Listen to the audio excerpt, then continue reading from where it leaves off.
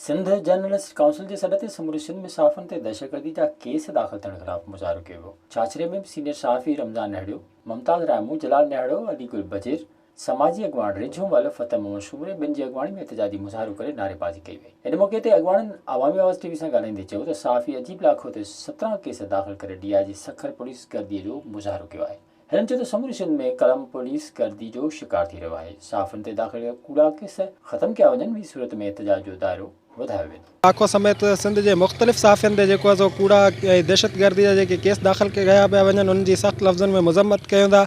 इहा पुलिस गर्दी हली रही है, ये आज़ाद सहाफ़त है, उन ते दाग लगाने की नाकाम कोशिश कर रहा है, इनकी असां सख़्त लफ़्ज़नि में मज़म्मत कयूं था।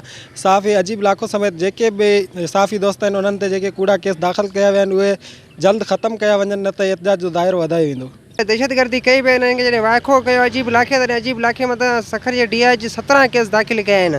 प्रेस क्लब के भी सील कयो। इहो आज़ाद सहाफ़त एक वार है, इहो नामंज़ूर है। जेकॾहिं इहे कूड़ा केस जेके दाख़िल कया ख़त्म न कया विया त पूरी सिंध में एहतजाज जो दायरो वधायो वेंदो। विज़िट कयो अवामी आवाज़ मीडिया ग्रुप जी वेबसाइट awamiawaz.pk।